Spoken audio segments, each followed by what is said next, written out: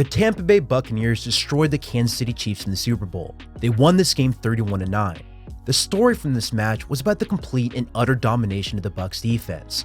I'll be perfectly honest with you that I really didn't see this coming. I knew they were great and all, but I figured we'd at least see a good back and forth game. Well, that obviously didn't happen, and so for this video, I wanted to look closely on how exactly the Bucs did this, because what they did in this game was seriously incredible. Before we dive into this breakdown though, I want to give a huge shout out to HelloFresh for sponsoring this week's video. HelloFresh is here to make eating better and easier. No grocery stores, no stressful meal planning, just everything you need to prepare a wholesome, delicious meal all delivered to your door.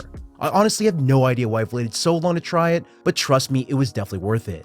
This week, my wife and I tried the beef bulgogi bowls, and they were mouth-watering good. The produce was fresh and had a ton of flavor, the meat was portioned perfectly with plenty for both of us to enjoy, and the recipe was so easy to follow and made the entire experience effortless. All their meals, just like this one, can be finished in just about 30 minutes. Now, not only was everything delicious and easy, but what honestly took the experience to the next level was just how flexible they were to fit my lifestyle. You can easily change your delivery days, you can add extra dinners or lunches to your orders, and in general, HelloFresh just makes the process so simple that I strongly recommend giving them a try. If you go to HelloFresh.com and use my code 10GOLD, you can get 10 free meals including free shipping. Again, go to HelloFresh.com and use my code 10GOLD to get 10 free meals including free shipping. Okay, to start this breakdown, we need to talk about the trenches. The Chiefs were completely outmatched up front. Out of Patrick Mahomes' 56 passing plays, he was under pressure on 29. Greater than 50% is the single highest in Super Bowl history. Meanwhile, on the other side, Tom Brady was only under pressure on a grand total of 4 of his 30 dropbacks. Where Mahomes was under pressure at the highest pressure rate, Brady was under pressure at the lowest in Super Bowl history. That's how different these two quarterbacks had to play in this one. Now, what's interesting about the Bucs defense and Todd Bowles is that he's typically a very blitz-happy coach. He loves sending 5- and 6-man rushes. On the season, he sent a blitz 39% of the time. That's good for 5th in the entire league. However, in this game, he only sent a blitz on 7 plays. The reason for this was simple. His defense was able to get an insane amount of pressure by only rushing 4.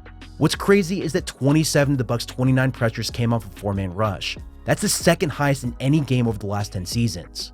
Now, the Chiefs were down multiple offensive tackles. Neither Eric Fisher nor Mitchell Schwartz played in this game. Their replacements, Mike Remmers at left tackle and Andrew Wiley at right tackle, were beaten from start to finish. Combined, they allowed 14 pressures between them. Meanwhile, the Chiefs' other offensive linemen like guard Stephen Wisniewski and Nick Allegretti were both awful as well. They were decimated in this game. And Ndamukong Suh and Vita Vea each had 7 and 10 pressures respectively, and there was simply no match up front. After watching this game closely, the one main question that kept coming up for me was why did this happen? Why didn't Andy Reid adjust? Yes, the offensive line was obviously hit with injuries, but something that shocked me was how little help Andy Reid offered his offensive tackles. He ran a 5-man protection package on 92% of Mahomes' passes. There was obviously the occasional chip by a tight end or by a running back, but for the vast majority of this game, Reid allowed his backup offensive tackles to get destroyed without any help. He literally hung them out to dry. Shaquille Barrett worked multiple rip moves from the outside, destroying Mike Remmers. Vita Vea used his bull rush to collapse the interior. And then on delayed rushes, Devin White would loop around and design stunts that the Chiefs never figured out. The Bucs used stunts just like this one all game. They kept working and Todd Bowles kept calling them. The reason why I want to bring this up to start this video is because how much this impacted the rest of this game. This can be seen from both a defensive and offensive point of view. Let's start with the defense. On defense, if you can get a 4-man rush that consistently works, that means you can still drop 7 to coverage. This means you can still run any defensive coverage and from any defensive look. The Bucs were never forced into any specific coverage or into blitzing certain players. They simply didn't have to. According to my tracking, the Bucs played zone coverage on 84% of their snaps. In zone, they played a lot of cover 4 and cover 6, but they also mixed in cover 2 and cover 3 as well. When they went to man coverage, which happened more on third downs, they exclusively played cover 2 man. What's fascinating about this defense is that they typically did a great job in not giving up their immediate tail due to a shift or motion. With most defenses, and we've talked about this multiple times on this channel, you can motion a receiver across the formation and you can see how the defense reacts. If a defender trails, then the defense is likely in man coverage. On the other hand, if the defender doesn't trail, the defense is likely in zone. During this game, the Chiefs used a lot of motions, but they weren't always direct tells from Mahomes. He kept looking to use them as a signal, but the moment the offense motioned to their new alignment, either by sending Tyreek Hill or Travis Kelce, the defense just audibled into their new assignment. Now, not all defenses can do this. You need to have elite communication among every single player out there. If you get caught with one defender playing one type of coverage and the rest playing another, it's a complete recipe for disaster. For the Bucs, on the other hand, blown coverages just simply didn't happen. They are clearly a very well-coached defense. Now, in the coverages that I mentioned earlier, you're going to hear a lot about two high safeties and that being the thing that stopped the Chiefs. There is some truth to this. The Bucs ran a two high coverage on 68% of their snaps. It's even more depending on how you count cover 6. Personally, I count it as a single high safety defense, but there is an argument that since it's a middle of the field open defense that it should be counted as too high. Regardless, while there is some truth to the two high safety argument, the fact that if a team can get a pressure on over half of your snaps, you can run whatever coverage you want. 2 high, 1 high, dude where's my car high, it really doesn't matter. Simply put, an offense won't be able to function if the quarterback is constantly under pressure to begin with. This leads me to talking about how this pressure and how those coverages affected the Chiefs' offense. What the Bucs did was that they rushed 4 and dropped 7 to coverage, and they did a great job taking away the deep threats that this offense tried to run. Andy Reid loves using a vertical passing game on his 5 and 7 step drops. He loves 4 verts, he loves 3 verts, he loves flood and sail concepts to the sideline. Really, he's open to every type of play, but the key point though is that the defense did a fantastic job of taking away the deep threat. Whether it was the use of a cloud coverage where the outside cornerback would bail, or simply by having 4 defenders back there in zones, the defense was ready to take away that threat. That happened all over this game. It completely stalled the deep passing game that this offense likes to run. Now, the thing about Patrick Mahomes in this offense is that his anticipation to throw timing and quick passing game is exceptional. It's the one major thing he's improved at so drastically since coming out of college that he's become elite since entering the league. In this game, this was actually still the case. A good percent of Mahomes' passing plays in the quick game went for completions and easy first down conversions. What killed me, and this kills me almost as much as stringing the offensive tackles out to dry, was that Andy Reid went away from the quick game even though it was working. They should have called more of it, but for some reason they opted for the longer developing plays even at the threat of the offensive line. Even running play action or by moving the pocket, the quick game was really the only thing that was consistently working. Sticks, slants, and hitches were all pretty effective against the Bucs. I really wish they kept using those throughout the game. Straight up, I put this solely on Andy Reid for not adjusting. Now, outside of the quick game, I want to show you exactly how pressure took away the bigger play opportunities the Chiefs had. Here's an example from the second quarter. This is a single play that might have completely changed the course of the Super Bowl. The Chiefs were down 7-3. They line up with the trips look on the left and Travis Kelce by himself on the right. As I mentioned before, the Bucs were playing a lot of 2 high coverages. This play was no different. The Bucs ran cover 2 man. Now, in cover 2 man, you have 2 safeties deep that split the field while your defense is playing man coverage across the board. Meanwhile, the Bucs only sent 4 rushers. On the offensive side, the Chiefs are running a version of a concept called 3 verts. The Chiefs' goal here is to create one-on-one matchups where Mahomes will have his choice on who to target. What happens is that his main 2 targets, Travis Kelce on the blaze out and Tyreek Hill on the post, are both double covered. Even so, they both actually won on their assignments. Let's look at Travis Kelce first because he was the one that was actually targeted. As soon as he gets to the top of his stem at the 30-yard line, he knows that he has both of his defenders beat. Both have inside leverage protecting against an in-breaking route.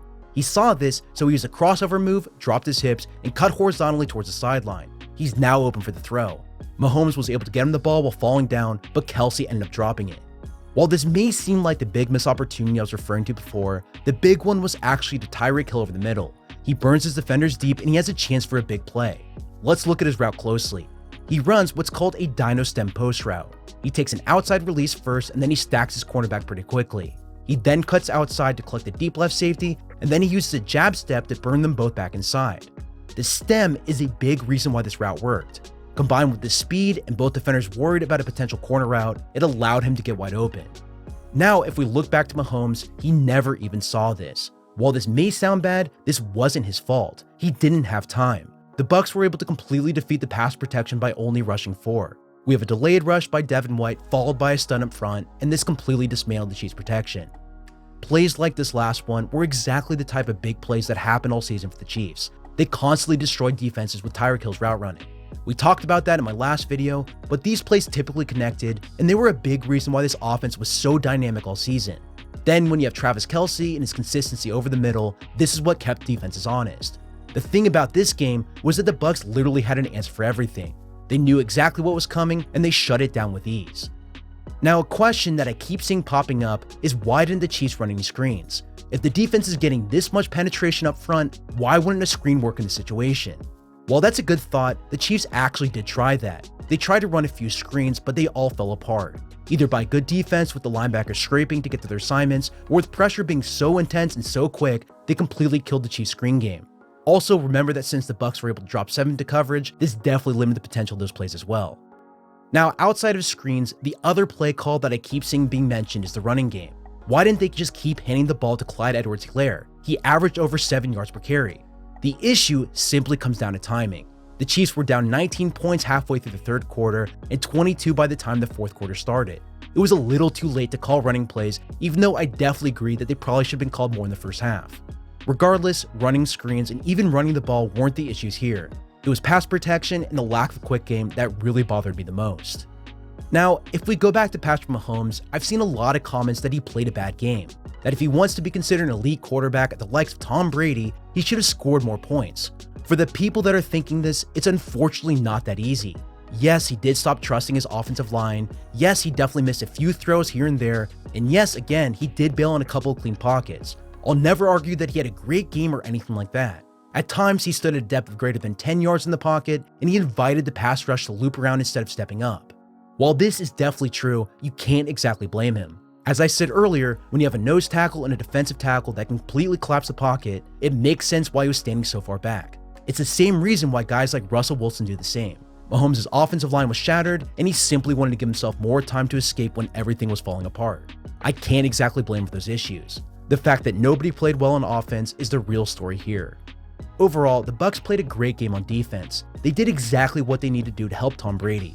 Their pass rush with edge rushers Shaquille Barrett and Jason Pierre-Paul, and their interior penetration, it completely dictated this game. Then, when you factor in the elite coverage that the Bucs had for the vast majority of this one, this was the main reason why they shut down one of the best offenses in the entire league. Well, that's all I have for you. Next week, I'll be doing a double video breakdown of Shane Waldron. He was recently hired as the Seahawks' new offensive coordinator. I want to see what his new run game will look like and how he'll pair that passing game to that and see how Russell Wilson will look in that offense. Instead of doing one long video, I decided that this topic deserved two, so make sure you keep an eye out for those. Thanks for watching this one. Feel free to hit the subscribe button below, and you can always follow me on Twitter at Samuel R. Gold.